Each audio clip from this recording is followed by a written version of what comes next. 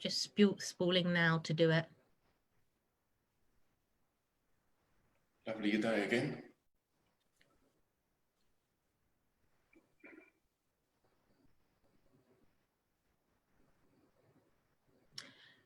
Good morning. It's 9 o'clock. It's Thursday, so it can only be Coffee Kickstarter. And we're the Property Angels. Property Angels was founded by a former solicitor, an accountant, and a police detective who saw the need to professionalize the industry. Using their knowledge, experience, and proven track record, they endeavor to guide and support those new to property, providing practical knowledge, skills, and the tool set to enable them to thrive and achieve their potential in a safe manner. Property Angels Coffee Kickstarter series aims to inspire those both new and already on their journey by sharing real-life roadmaps from coal-face practitioners, people actually walking the talk. And today we're delighted to welcome Michael Scappaticci with us. Now, hopefully I pronounced that right, Michael, as your name is a bit of a tongue twister. A bit like my other half, who has a really unusual surname, which I'll tell you about one day. Anyway, you'll notice we're a bit short on people today. So one of our property angels is imminently about to give birth. And unfortunately, another of our property angels is tied up elsewhere. Now, I did try to get some masks to swap over their faces on top of mine, but they didn't print too well. But anyway, let me briefly talk about myself. So I'm Karen Stanbridge, the one that used to be a business consultant and accountant, but I escaped that world back in May 2015, bringing with me skills I'd leveraged working at a senior level in corporate land, and I used those to begin building my property business from solid foundations. And today I continue to grow that business, adding properties, creating value, but also ensuring the business side is right, having a gap plan, understanding what needs to be achieved in order to push forward. And I help other property professionals do that too. Anyway, now to our main act of the day, Michael.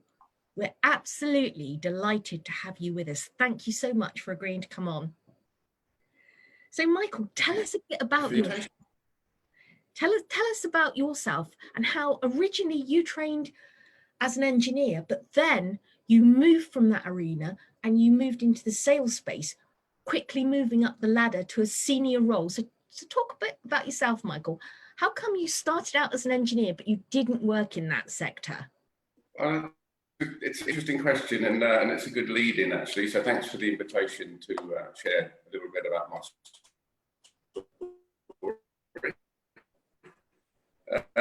Yes, I did engineering because it was a key thing that I wanted to do. I knew straight away that's what I wanted to do. I didn't want to do anything else. I wanted to be an engineer. I didn't know what type of engineer, but I ended up being a mechanical engineer, which was great. And my father always said to me, get a good apprenticeship behind you, because whatever you do in the future, you can always fall back on that. So that was one key learning I took. Quick out that I wasn't going to make any real money being an engineer. So I decided to move into sales, and one reason for that was that my wife fell pregnant with our first child, so I didn't want to be gallivanting all over the place as an engineer. So I took a desk job as a sales liaison engineer with a corporate client and a corporate company, sorry. And that was in 1989, so quite a long time ago. And from there, I moved up through the dizzy heights of sales management to general manager and sort of sales director level, and able to then learn all about people skills, management, project management, and leading teams to develop products, market products, and obviously sell products. So it was quite good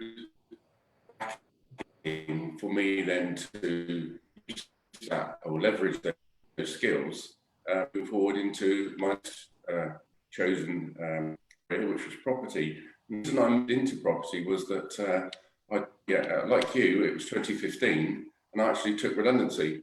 So it was an opportunity for me to rekindle my spirit and everything that I'd learned, and move into property. And the reason I did that was because part of the reason of the redundancy was the company was restructuring, etc. And they were fortunate. I was fortunate to be put on a scheme where they helped you find another career or another position, etc. And I went onto a seminar which was by this guy who had been made redundant 5 years previous to that, and he'd invested in property and he'd built up this portfolio of property, which now turned into an income for him and his family, and he was able to, you know, recover his lost salary. And I thought to myself, it was like a light bulb going off of my head, and I thought I better get into more of this. So that's exactly what I did. Does that answer the question? No, so that's how it was all formed. No, that's really great. So for you, it was kind of like Big Bang. Well, sorry. So it was Big Bang. You got made redundant, looking for something different to do, and property kind of became your new thing. So literally, it had to work for you. Yes. It did. Yeah, absolutely. And I don't know how you did it, Karen, but what my wife and I did, we just looked at all of our outgoings, because, you know, she had a full career, full job, so did I. So nothing was a problem. We suddenly lost one salary. Okay, I had the redundancy package as well, but we then looked at all of our outcomes and adjusted our lives for a short term before we could kick it off and then restart and go again. So you need to be able to do that. That's brilliant. Michael, your broadband's just breaking up a tiny bit. I don't know whether you've got an interruption in signal. No, mine's okay. Okay. Is that better? Yes, that is better actually. It might be Mike. That's great. No, it's breaking a tiny bit. Just make signal stronger. How's that? Sorry. That's great. Is that better? Yes. Yeah. That's great. Okay. Thank you. And actually, you mentioned your wife, Donna, and she's an integral part of your business as well. Now, Donna's not with us today, but Donna brings with her a strong business and finance background, which is her area. And that kind of so important underpinning your business, right? Yes, absolutely. Yeah, she's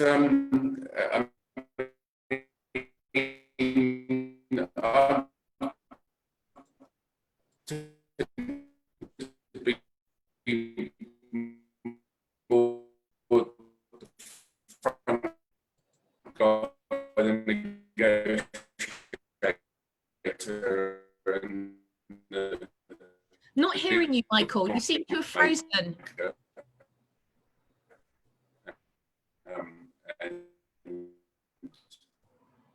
Michael, we can't hear you. You've frozen.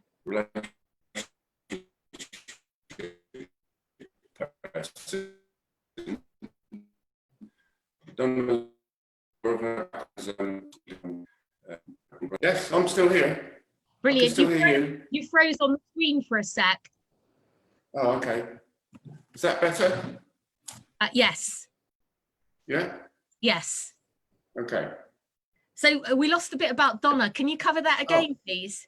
Sure, yeah. Donna's background is bookkeeping and running sales ledgers and board ledgers. So that's really good for running our sort of office duties, if you like, and keeping the legislation up to speed. So she's well aware of all that and all the changes. She comes up to speed with that to make sure we're compliant.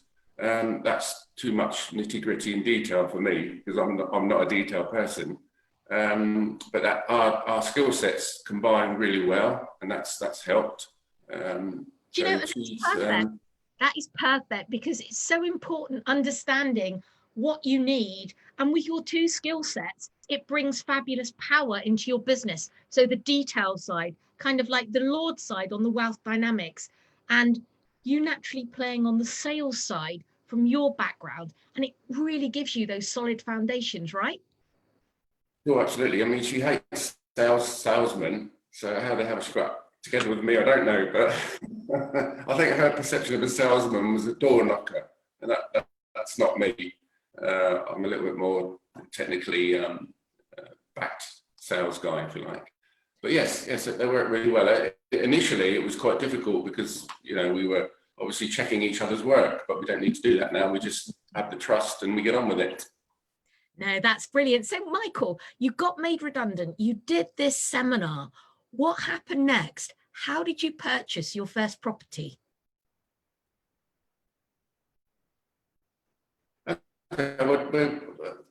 So part of my redundancy package, would do different things with it, but I put as much as I could into the pension, and the rest of it I used to embark on some property training. And what we did is we took we had a house ready that we were renting out, but we didn't know what we were doing. We just rented this house out. So as well as having two salaries coming in from our respective careers, we also had income from one property coming in as well. But we didn't really know what we were doing. It was just great to have another income stream. So we took that property, which was unencumbered, and we refinanced it and used that money to purchase another 4 properties straight away, sort of, over a period of time. And that's really how we got started. Brilliant. And what kind of business model did you use to start with? Was it vanilla buy-to-let? Yes, absolutely. Yeah, we had one, so we knew we didn't know what buy-to-let was about, but we knew looking after a tenant was about, because we actually did that one ourselves with a bit of guidance from our daughter, because she was working for a high street agent at the time as the letting agent. So she helped us a little bit with that as well. And then, we just took we always purchased rundown old properties. So the training taught us to do that, so we could add value right at the start. So we purchased these properties that were run down, and then we're able to add value to them by, you know, putting in the first property, we put an ensuite bathroom in the main bedroom, which immediately added value to it. And I did that whilst I was on natural gardening leave from my career. So I did a deal with a company where I stayed employed, full free, kept my mobile phone, kept my laptop, kept my company car, but I was able to work on this house in that period.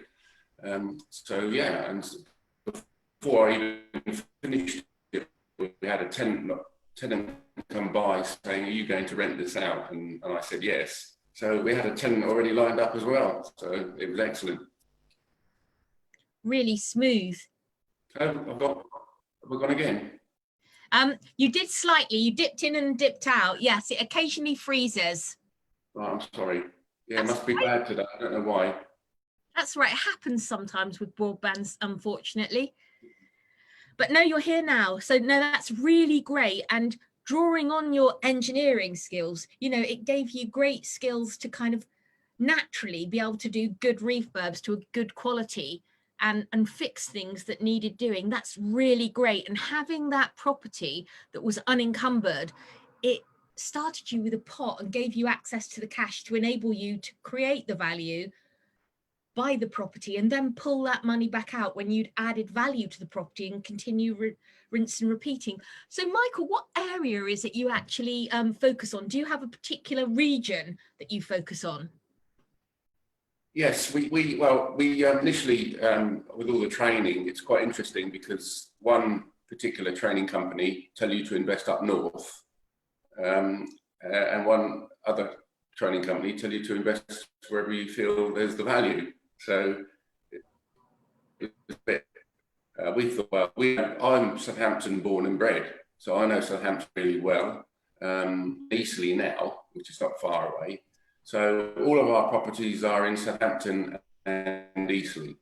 So we know the area very well. We know what is required. We know the house values. We know the property types. We know the demographic of people, etc., etc., etc. So it was key for us. Whilst we haven't got the so-called yields that people talk about, we don't even think about yields, and we always think about our return on our investment. That's what's key to us. So yeah, that's why we picked this area. I think that's really great, because actually I'll add there, I do have some properties that are about 4.5 hours away from me, and I've had a lot of pain with those. Now we've got a process now, it's systemized, I've got property managers, but getting there was really painful. So if I was going again, I'd do what you did. I think having them within, you know, arm's reach is great. Now I've got stuff locally, I've got stuff in Hampshire and Berkshire, but yeah, I've got some stuff that isn't, and I just think it's so much more sensible, the approach you've taken, because if something goes wrong, you're there just like that, right? Yeah, And yeah, actually, absolutely. well, we're And what's important as well, sorry, Karen. I can't What's hear important? can't hear you too well. Oh, how's that? That's better. Better? Yes. Okay, what's important as well with that locality is, even when we're on holiday, no, we don't have to worry about things, because if we get a call while we're on holiday, we can quickly leverage the local team that we have. Not that they work for us, but you know, whether I need a plumber, an electrician, or a DIY guy, and they can go to the property. We give them the phone number of the tenant and the client, and they sort it out without us even being there. I mean, we actually, holiday one year, we actually got a call from a tenant and their washing machine packed up. So we got the local service engineer in. Within 2 days, that machine was sorted, replaced, exchanged, and a new one fitted. Well, that's still being on holiday. So that just shows you how you can leverage other people to continue your business whilst you're. Just need a phone, that's all. You're breaking up again, Michael, sorry.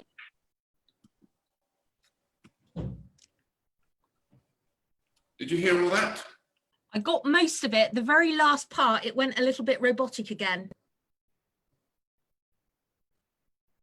Okay, I'm sorry. All I said was, whilst we're on holiday, we can even sort issues out with our customers and in their properties. All you need is a mobile phone. Do you know, and I love that actually. 2 things firstly. So going back to what you said about your area, cash is always king, and I can't stress that more. However, having an area where you know in the long term the values are going to go up as well is great.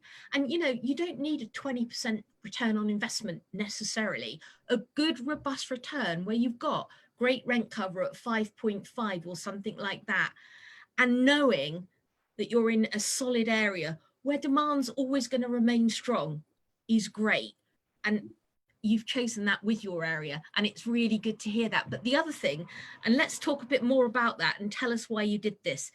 You don't use the term tenant. Now, like you, I don't like the terms tenant and landlord. I think they're old, they're antiquated. Tell us about the phrases you use and why. Okay, well, I guess it comes from my corporate career as well. I mean, you either love customers or you hate them, and you can't have a business without customers. So the one thing that was key to us in my corporate career was looking after your customers. And we were always taught to spend 70 to 75% of your time maintaining your existing customer base, and then spending 25 to 30% developing new customers. So that's always stuck in my brain. So maintaining your existing customers. So I just thought, well, you know, who's going to tell me how I should refer to our tenants? And Donna's pretty good at this, better than I am, because you know, women tend to have a better intuition with people, understanding them than men do. You know, I have no issues with that. That's why they're both being interviewed. We both have an angle and what we're expecting out of them. So we both decide if the tenant is right for us or not. So I said to Donna, well, let's use the term customer rather than tenant. So in our ASTs now, we actually replace the word tenant with customer, and they love it. Our customers love it. So they sign the AST, we sign the AST, so it's a legal binding document. We're not a landlord, we're just the property owner or the property manager. So they refer to us as Michael or Donna. We refer to them by their Christian names as well. And it's all happy. You know, I love that. And it's about time this industry got shook up. We are not fat cat landlords. That phrase, that word, you know, it reminds people of somebody sat there with a wad of money. We're providing a service and our customers are consuming that service. The whole act needs to be rewritten. It needs to be modernized. And I love what you've done there. It's great, you know, and I guess you've had it looked at by your solicitor to ensure it's legal and everything. Michael, hello, you frozen? Michael, hello. Well, can you hear me? No, we didn't. Hello, can you hear me, Michael? Hello? Hi, you disappeared. Do you know we didn't?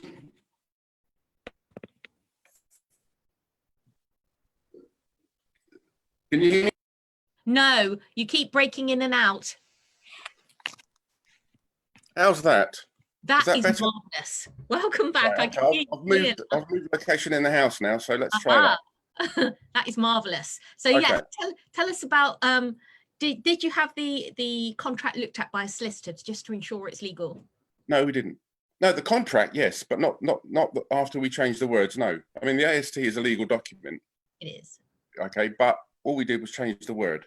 And you defined what tenant equals client and X equals Y. Yes.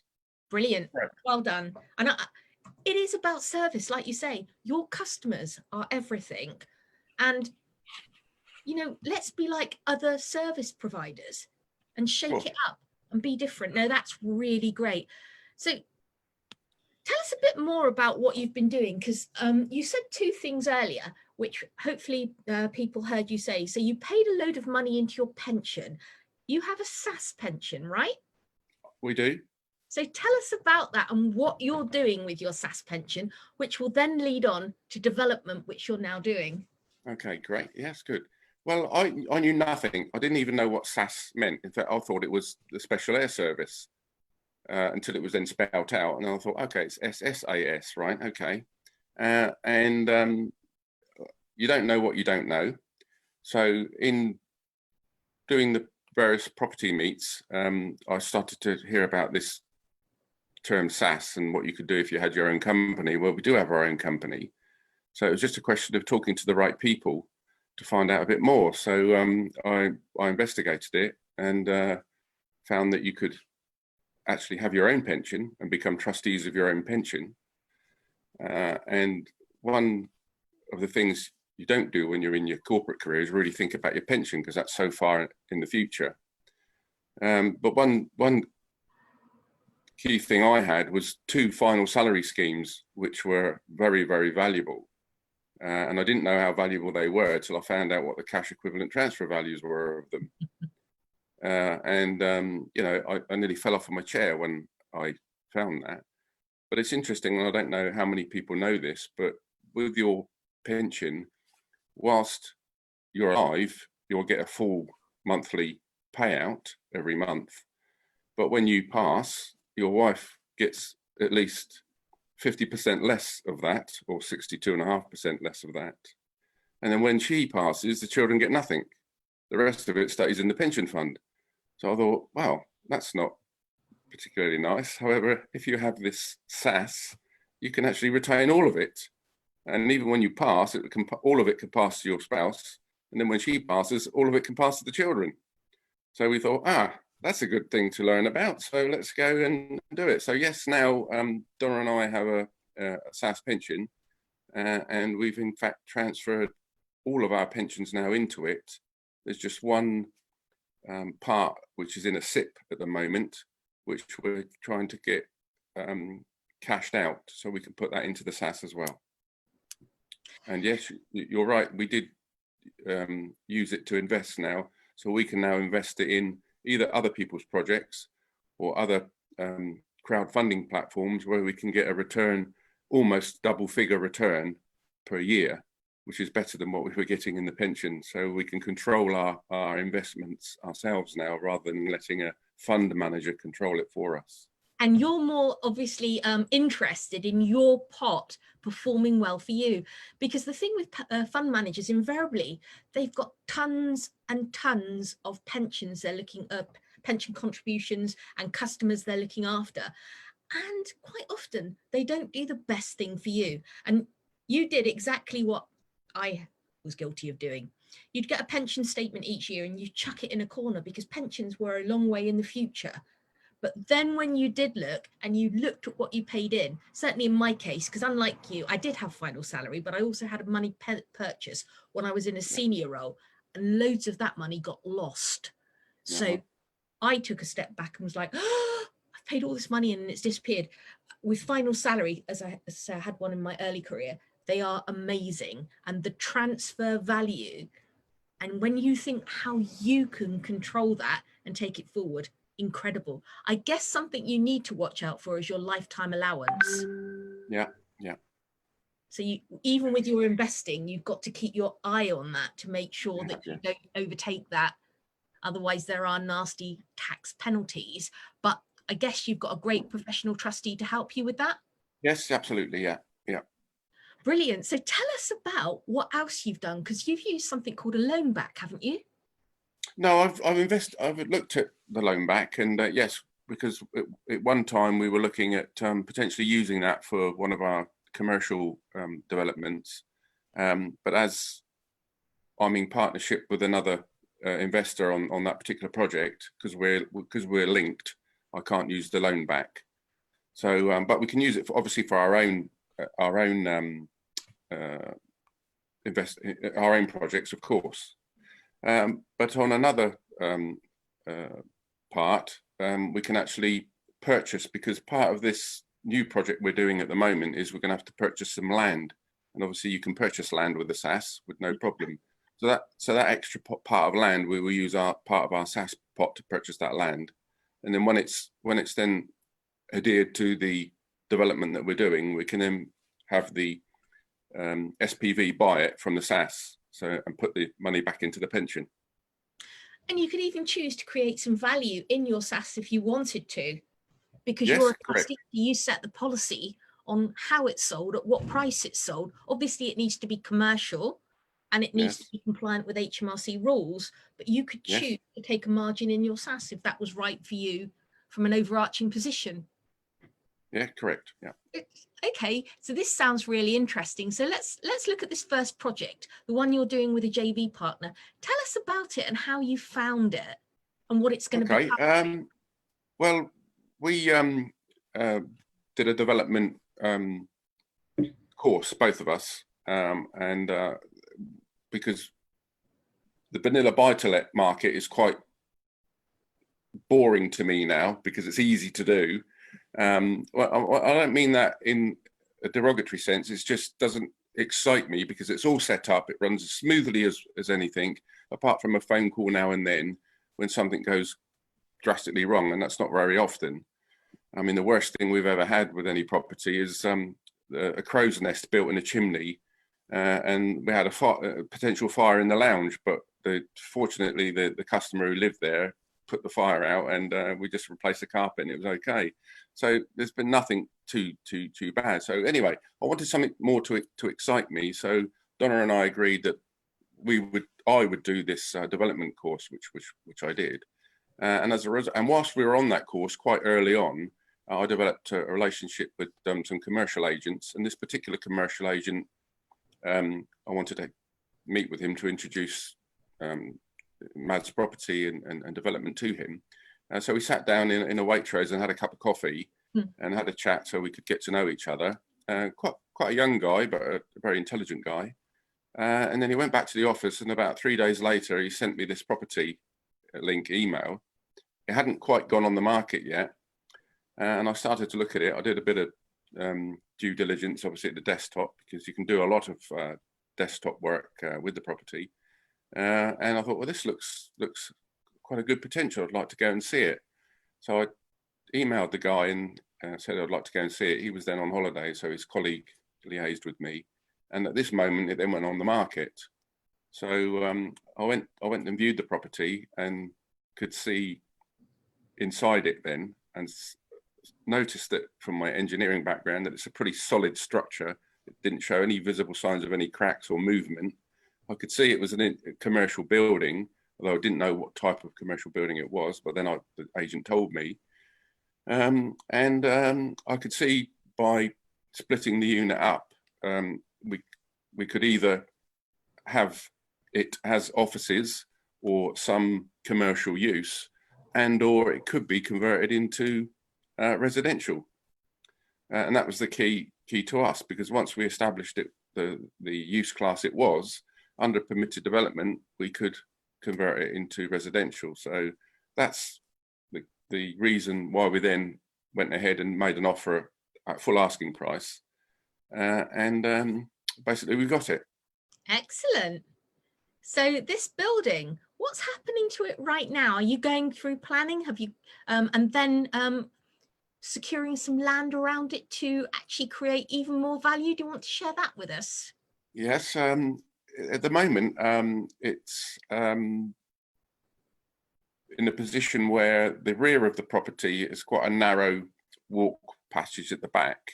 So there's an adjacent bit of land that has been sort of fenced off, which we've approached the landowner, and we've had various off-the-record discussions with him, and now it's with our solicitors for us to be able to buy that extra strip of land to give the whole site a rectangular shape rather than a sort of L-shaped shape.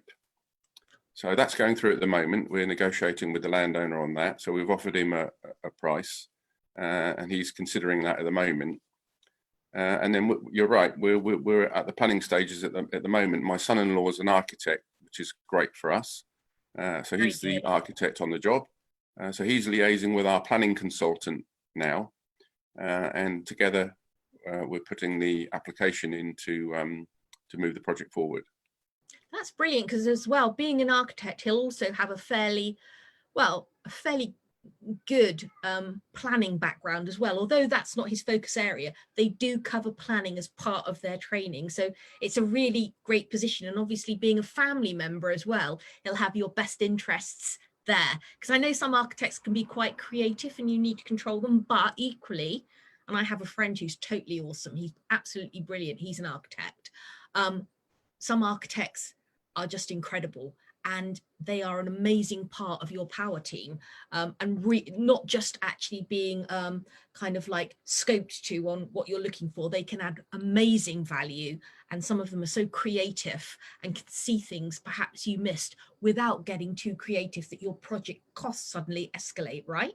Yeah, sure, absolutely, yeah. And he's quite good in that he's forward thinking.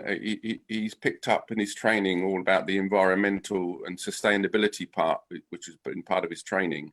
So he's able to leverage that knowledge as well, because some of his previous projects, and my daughter and son-in-law live in Somerset, so they're in a nice area of the world, and a lot of his work has been done around Bath and Somerset and that area.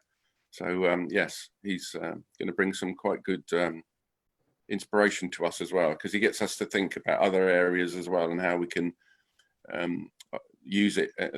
There's a language that these architects use about the vernacular. It's vernacular, that's the word they use, the vernacular of the area. Let's try and bring that into it as well. But not only that, in his job as well, he'll have some great contacts and possibly some future deals for you. So might he be a future business partner, perhaps? Yes, that's we've talked about that sort of thing as well. Yeah, I mean, he's got his own business at the moment, and it's going well, and he's got some nice clients. But yeah, I mean, the family aspect is always a nice area to come from. I mean, you know, my father had a family business, which I didn't get involved in. But yeah, he was successful with that, and that gives me inspiration as well for our business. Lovely. And actually, to be honest, it doesn't even need to be full-time, because having multiple streams to de-risk is always good. So he could even be involved with you a couple of days a week doing that as well, you know, and still having his architectural practice, which is absolutely fabulous. So buying this land, where did you learn the skills? Was that from your development training, thinking about, you know, adding further value by having a look at what's around you and seeing how you could create further value, you know, assembling land to the actual original site and things like that? Was that skills you were taught in your development training, or was that something you already knew?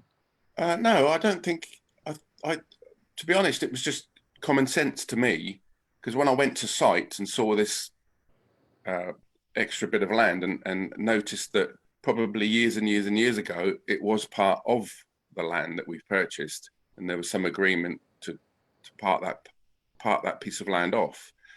It seemed logical for it to be part of the land that we wanted. So I just looked at it myself when I visited site with the agent the first time. And then what progressed on from then, Karen, was I happened to Google and do a search and find out who the landowner was. And that's without the agent telling me anything. I was able to find out who the landowner was. I got his phone number and I telephoned him directly and said, can I meet you on site? And he met me on site and we talked about issues he'd had previously with previous occupants of the property. Obviously, he would have liked to have purchased it himself, but he wanted to pay that sort of money. But anyway, we had a discussion and we talked about that land, and he said, well, it is available for a price, you know, and so I went away with that thought. No, really smart, because somebody else could have bought it and then it could have been a ransom strip. They tried to say, no, it's slightly larger than a ransom strip. Still, it's something that was desirable to you. So doing what you've done, very, very smart. And you're actually very modest about what you're doing, because you've been doing some other things as well. You've converted like a studio over some garage at home, haven't you? I believe. Yeah, we have a project at home. Yes, we have a double garage at home, which is right in the corner of the plot. I mean, we live on a corner in the cul-de-sac. So not only is it quiet, but we have the biggest plot in the cul-de-sac as well, being on the corner. So the house is actually turned round. So it's in the street scene. It doesn't follow the line of the other detached houses in the street. Ours is actually turned the other way. So that's given us quite a nice southwesterly facing garden. So we have the sun all day in the garden. And right in the corner of the plot is this double garage. And rather than having the office in the fourth bedroom here at home, we thought we'd put an extension on the garage and have a sort of gym yoga studio, come fitness studio, just for the children and when they're here, or Donna to use, and have the office up there as well. So that's gone in, and my son-in-law's done the planning application for that, so it's been granted. So we just got to make a start on it now. Very creative and a great way to add value from your house, because, you know, with everything that's been going on with COVID, the lockdowns, having that distance and being able to separate business and work is really sometimes really, really nice. And also it's somewhere for you to bring clients if you want. Yes, yeah, absolutely. Yeah. Landowners, you know, Yeah. and it's really good. And I guess, I don't know, I haven't seen the site, potentially, given it's separated from the house, in the future, it could be you change the use, and rather than it being ancillary, you could totally separate it off and sell it as a separate building. Well, Is that not? I don't think so. Possibly, but because it's not in keeping with the street scene, I would think that the planning department would be really anti that. Whilst yes, in principle you could do it because the garden's sufficient and you have a separate access there, and there's it can be divided off, and there would be a small piece of garden with it as well. And I've seen other people do that. I just feel that in talking to the planning consultants that we have, it probably wouldn't be viable to do that. So it's a great addition to your house as it is. Technically, one of your children could live there if they want to use ancillary. And it's a great place for you to run your business from home, or create a separate business, a yoga studio, as you mentioned, even renting it out. as a yoga studio, you know, obviously subject to having the right planning use class, I think, but no, really good thing. So Michael, what else have you got going on? Because I know you never like to sit still, even though you know, keep lots of things quiet and don't shout out. I know you're quite active and busy and you like new challenges. So tell us, what other projects have you got in the pipeline? Well, during lockdown, which we didn't know what was going to happen, so from February, when it started getting quite serious, and then good old Boris decides to, you know, shut us down in March, which is the right thing to do, obviously. The first thing we thought about was obviously our customers and what's going to happen to them with their jobs. So we contacted all of our tenants, and that was a project, if you like, to contact all the tenants and tell them that we're here to support them. So can you obviously let us know your position in terms of work, employment, and if you're going to have difficulties. And it was great for us because the majority of them were all either key workers or they could work from home. So that was really, really good. We had one tenant that had to isolate because she was a hairdresser, so she obviously couldn't work. But we come to an arrangement with her to pay in a reduced amount of rent, and now she's back to work full time. She's catching up. So that was great from that point of view. But for me, I was able to get in the garden and spend a bit more time in the garden because we had some really good weather. And whilst our customers were all happy and working from home or they were key workers, and Donna was still doing her bookkeeping work for her brother. So she does the bookkeeping for her brothers. So it's not a job. She can work from home as we both do. So she was obviously still supporting her brother's business, because even though they were locked down, she was still having to do the book work because it was the end of the year. So she had still lots of work to do in closing the books for that. So that was great. I spent my time in the garden. I built a new shed. So I was able to source all the materials and spend the time building a new shed, so I could demolish the old shed, which was next door to the garage. So we're ready now to then do our extension that we just talked about. So that was one of my key projects. Modest though, isn't it? Shed's a bit modest. I've seen a photograph of it. Calling it a shed's probably quite a modest description of it. It's rather a lovely construction, isn't it? I know you like to do everything with quality, and yeah, I think shed is probably under describing what you've actually created. It's very, very gorgeous piece of craft work. Okay, well, it looks nice, but when you go in it, it's just brick and stud work and cladding, really. But yes, I agree. It does look nice. And Donna showed me a picture of a shed that she liked, so I just took that picture and created the shed. Well, I call it a shed anyway. Well done. And what about other projects? Do you have some others in the pipeline to keep you busy, and maybe, you know, to use up your loan back facility with your SAS? You mentioned some earlier. We're looking all the time, but I guess the project that we're on at the moment with my other business partner is taking a bit of our time, and to find another one like that is quite difficult because that was so good. So yes, we've been to look at a number of projects, but none of them are okay. So when we do the checks, and if it's good enough to go to site, we'll go to site. But when you go to site and then find out from the agent that there's this price already been accepted, etc., and then you challenge them on it, then it doesn't stack. So haven't found another project yet, but that doesn't stop us using our SAS. And we've now found an investor that's purchased a property, and we're going to loan that company some of our SAS for them to help purchase that property, with an understanding that we will get our capital back plus interest in the 12 months. And that's what we're doing. Do you know, it's actually nice to hear you being sensible. And the reason I drilled down on that again as well, lots of people are jumping on the SAS bandwagon. I like SASs. I think they're great. SASs are not for everybody.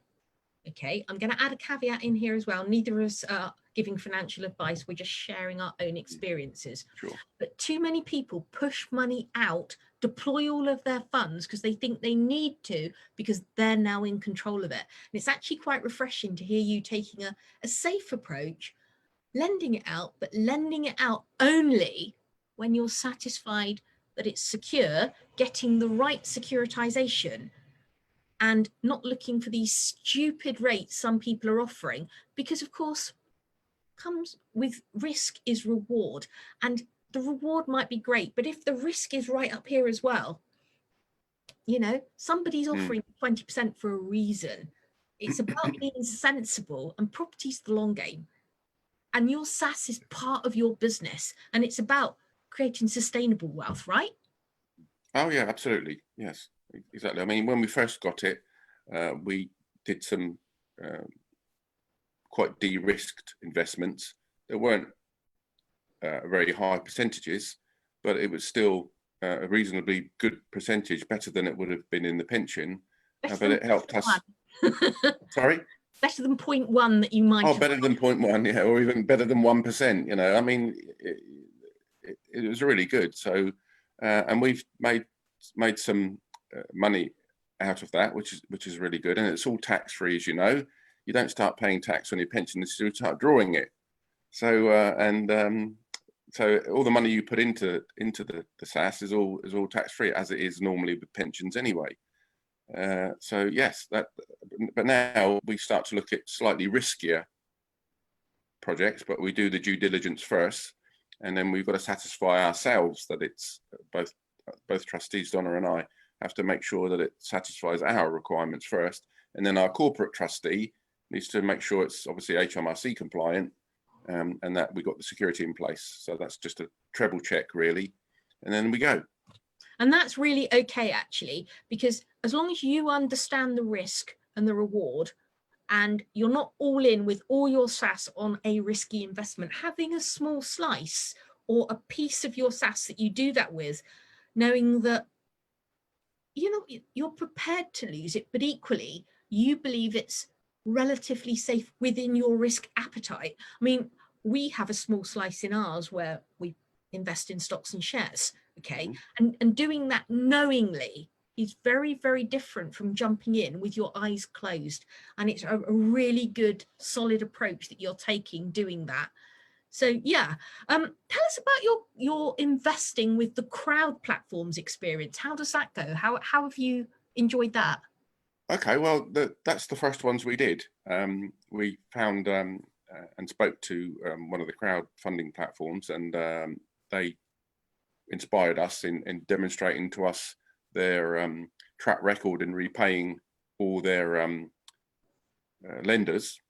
And we thought, oh, okay, this sounds good. So we started off with a relatively small amount, and that worked quite well. We got it back in 9 months with the interest. So then we tried a slightly bigger amount, and that worked quite well as well. So we've got confidence in that now. So it's almost like, I use the word boring again. It's almost like we just tell our trustees, can you invest in this one? And off it goes. It's quite quick, that one. So it's completely de-risked. We know it works well. Our corporate trustees know this particular funding platform very well. So it's just a few clicks of a keyboard, and you know, it comes out of our bank and goes into that vehicle quite quickly. And we've had all of our investments paid back.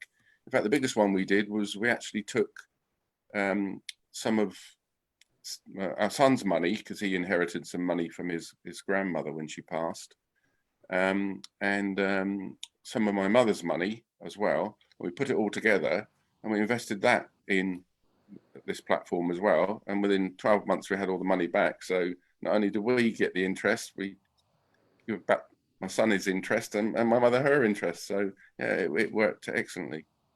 I know the platform you're talking about. So that one was actually debt. So you had a first charge, or they did, on what you were investing. And nothing is risk-free, but it's understanding what the risk is. Sure. And that it fits with your appetite. Now that's really, really interesting. So, and then the other investment platform we've used, because you mentioned about spreading risk. I mean, you use stocks and shares. Yes. We've also put some of our SaaS into foreign exchange market. Aha. So and that's whilst it's quite a volatile market, like the stocks and shares are. It's been there, what, 12 months now. I mean, we haven't made any huge amounts of money yet, but it's a long-term investment. And we're with a organisation that we've established a good relationship with. So they look after it. They manage it for us, and they give us weekly updates of what they're doing with it, which is really good. And we have a monthly telephone chat with them as well. Now, I think you've taken a really, really sensible approach with this. Obviously, we are in these unprecedented times, which we've mentioned a few times now.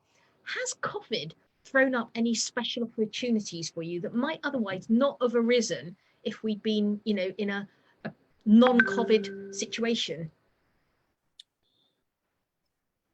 I think the thing that comes to mind is that we've demonstrated to our customers that we are still who we said we were pre-COVID.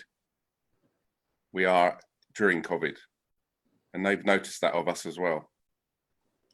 So that's great. So your business continuity planning enabled you to mitigate anything coming at you and still deliver and stay on track, which is really, really good. So Michael, what does a typical day actually look like for you? Or does that actually exist? Is every day different, you know? Well, every day is different up to a certain point, but every day starts with me getting up and going on a cycle ride. As long as it's not pouring with rain or snowing, I will get on my bike and do 5 or 6 miles every morning. And then I'll come back, have breakfast, shower, change, and then attack the emails, attack the property portals that we've registered with, check any deals quickly on the computer, and then that takes me up to sort of 11ish normally. And then if there's any property work to be done, then I'll do that, or arrange to get it done if I can't. If it's an electrical or a gas issue, arrange to get that done. And then it depends on the weather. It will be projects in the garden, talking to my son-in-law or my business partner about the project that we're talking about. And then the afternoons are, Donna's away from work then, so the afternoons are generally unplanned. So we're either out walking or shopping or something like that, or visiting family. My mother's quite poorly at the moment, so that's taking a bit of time. Yeah, those are what happens. But anything can happen in a day, can't it? So if something impacts, you have to change and adapt to it. But I do have a project in the garden at the moment, which is building a wood burning oven. So that's taking a lot of my time. And maybe a pizza oven later on. Oh yeah, the wood burning oven would allow me to cook pizzas in it as well. Very, very nice. And you know, I love hearing that, because you've crafted a business to give you the lifestyle you and Donna want, right? And that's what it's all about. Living life on your terms, being clear on what that looks like, and building that business to enable that. That's brilliant. That's really, really good. So are you a goal setter, or do you just go for it and just think, ha? Oh no, we set goals. Yeah, it's one of the things. We have an annual, a 2-year, 5-year, and a 10-year plan. Yeah, sure. Well done. And we review that now and then. Yeah, I'm guessing a certain trainer, a development trainer, keeps you on track with those. Yes, I mean, when we were on the course, yes, we had accountability. Absolutely, we did, and we actually had accountability partners, which was good. And in my corporate career, it was important to make the team members accountable for their actions and agree to them. So that was quite good in their mentorship as well. No, that's brilliant. So tell me, what's the best piece of advice you've ever been given? Putting you on the spot. Yeah. Probably it's one of 3 that stuck in my mind from my childhood, and that was treat people how you would like to be treated. Okay, that's a really good thing. If you're kind to people, even if they're mean to you, eventually that kindness might tap through the shell. No, that's really good. And, you know, do you have a habit now that you wish you had when you first started out in business?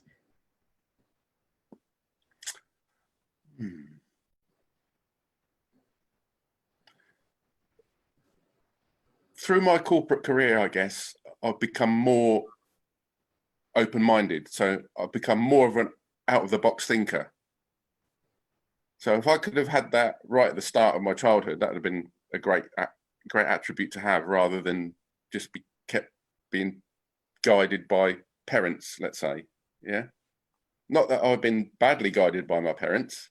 It's just that, you know, parents tend to make sure you're, you know, trustworthy and compliant and follow your faith, all the rest of it, you know, and be nice, don't be horrible, those sort of normal things. But you're a little bit restricted, I think. And when you go to school, you're disciplined down a particular route in school, aren't you?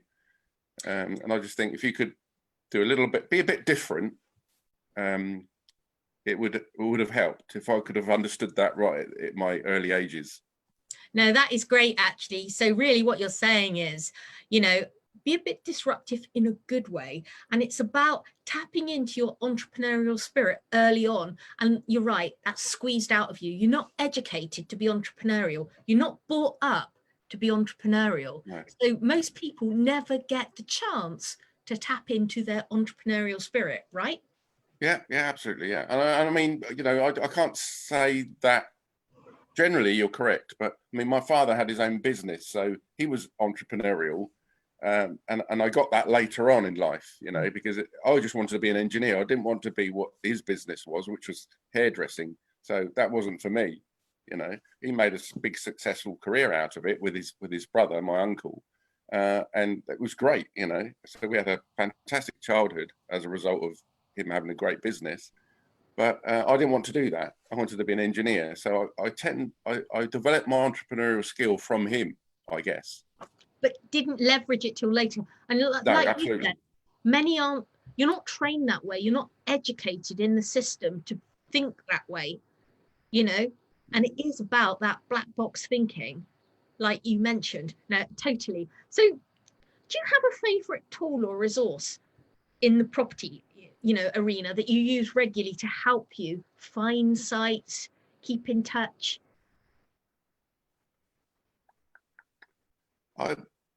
Excel is excellent.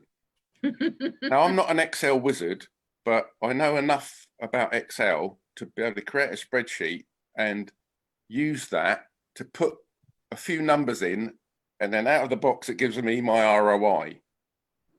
So that's really good. So we set up an Excel spreadsheet, which allows us to put in the purchase price, the mortgage rate, and all the other bits and pieces you need to put in. And then down the bottom, it tells me the ROI. And if that ROI isn't at least 8%, I don't even get out of bed, basically. Yeah. So that needs to be 8%. And then I will look at it. I'll go further and look at it and do more due diligence on it. And then if it's still working okay, then I'll go and see the property or the development or whatever it is. Okay. So that money needs to be working hard for you. Love that. That's great. I love ROI, return on investment. Yeah. Really good measure. So is there somebody in your team you couldn't live without? Somebody who's really your true kind of like top power team member? And who is that person? My wife. Oh, that's really sweet. And I think that's been themed throughout because, you know, family values are key clearly to you. And it's obvious that Donna and you complement one another with the skills you bring to MADS, you know? Yes.